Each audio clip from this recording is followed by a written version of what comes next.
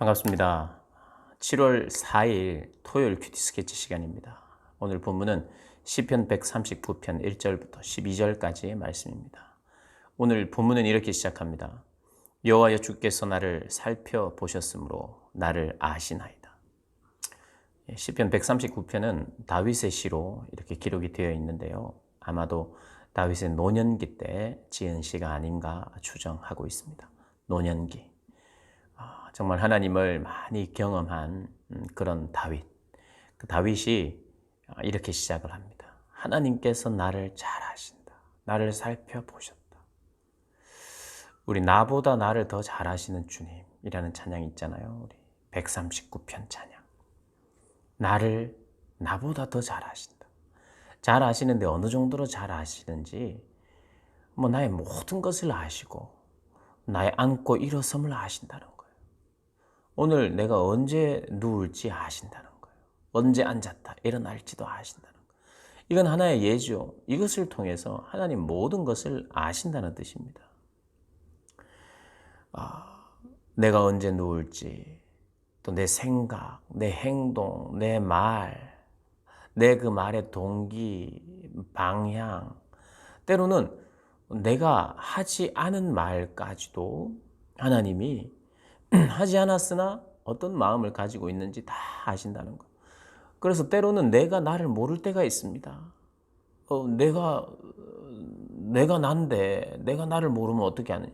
아니요. 우리는 우리 자신도 때로는 가늠하지 못할 때가 있어요. 내 마음이 정말 무엇인지, 이게 지금 좋은 건지 싫은 건지 결정을 못할 때가 있고, 내 마음이 가늠할 수가 없을 때가 있습니다. 그때 우리는 무엇을 해야 되느냐? 나보다 나를 더 잘 아시는 하나님. 여러분, 우리는 우리 자신이 우리를 아는 것보다 때로는 우리의 어머니가 우리를 더 잘 알 수도 있습니다. 어려서부터 우리가 기억하지 못하는 것조차도 우리 어머니는, 또 아버지는, 부모님은 또 아시는 게 있어요. 물론 나이가 들어서 많이 시간이 흐르면 자기만 아는 것들이 많이 있겠지만, 어리면 어릴수록 우리 자녀들을 우리 부모님이 더 잘 압니다. 누가 더 잘 아느냐, 이걸 지금 어떤 결정하려고 하는 것이 아니라, 적어도 하나님은 우리를 완벽하게 아세요. 가장 잘 아시고, 그리고 우리가 모르는 우리도 아시는 분이시라는 거예요. 그 이야기를 합니다. 그러니까 이 다윗이 자기 전 생애를 하나님이 아신다는 거예요. 그러면서 이런 이야기를 하죠. 7절에 내가 주의 영을 떠나 어디로 가며 주의 앞에서 어디로 피하리이까. 내가 하늘에 올라갈지라도 거기 계시며, 심지어는 스월에 내 자리를, 지옥을 말하는 것입니다.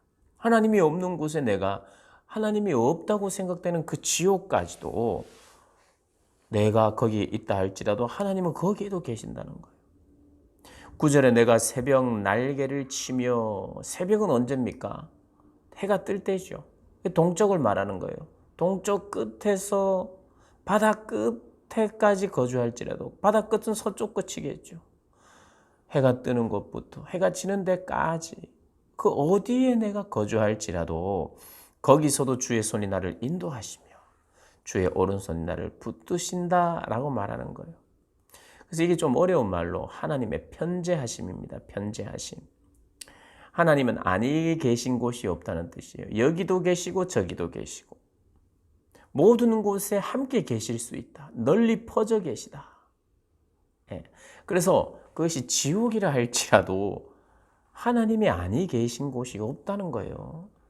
이 시인의 자신의 삶을 돌아보면서 하나님이 아니 계신 곳이 없었다. 어둠 가운데, 환난 가운데, 아픔 가운데, 고난 가운데도 하나님은 그 가운데도 계셨다.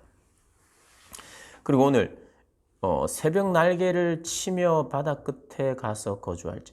여러분, 새벽 날개, 이게 이제 아침에 이제 해 뜨는 것을 말하는데, 여러분, 해가 이렇게 뜨면 사실 이게 해가 빛 아닙니까? 빛. 빛이 이렇게 뜨면 사실은 어둠은 빛의 속도로 물러가는 거잖아요. 빛의 속도로.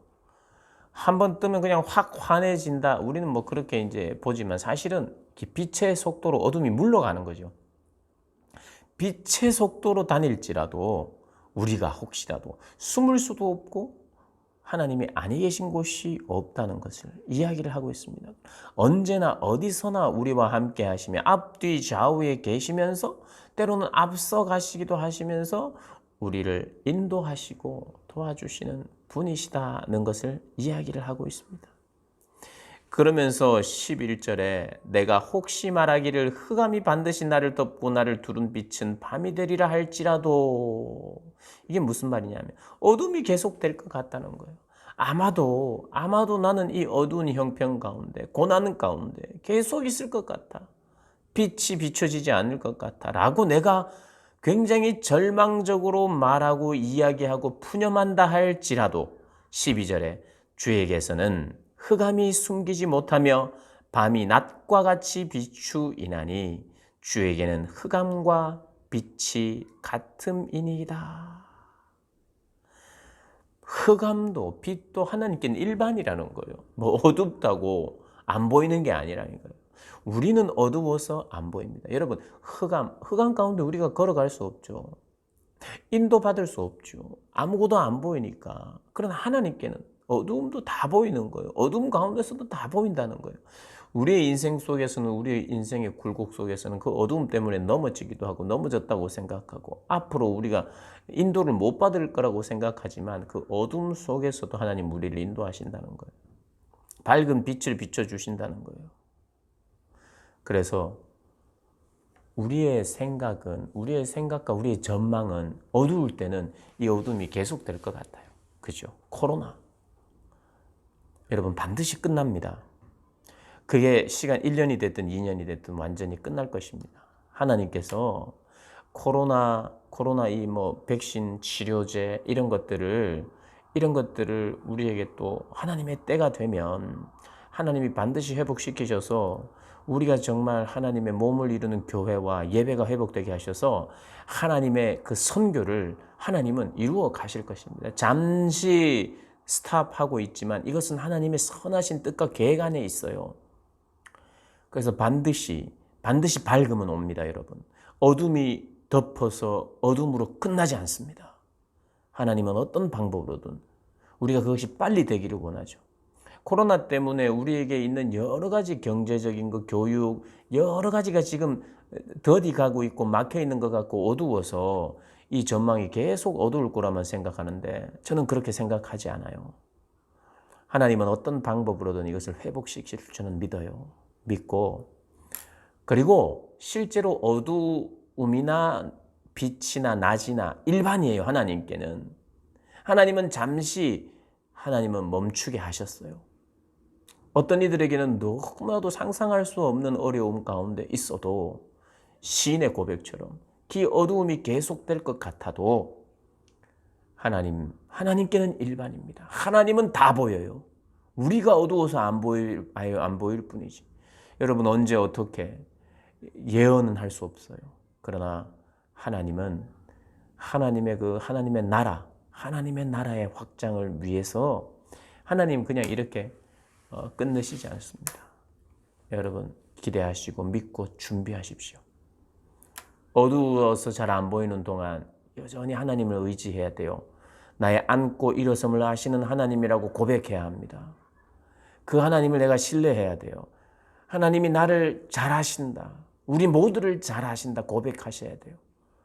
그래서 우리가 하나님 앞에 혹시라도 이 기간에 우리가 토로해야 할, 또 해결해야 할 거룩하지 못함들이 있다면 하나님 앞에 거룩한 사람으로 새로워지도록 기도해야 되고, 어둠도 숨기지 못할 것이라고 하는 이 하나님의 진리의 말씀을 붙들고, 하나님 언제나 편재하시다, 널리 퍼져서 아니 계신 곳이 없음을 우리가 믿고 그 하나님을 의지하면서 또 오늘 하루를 또 이 어두워 보이는 이런 기간을 보내시기를 주님의 이름으로 축복합니다.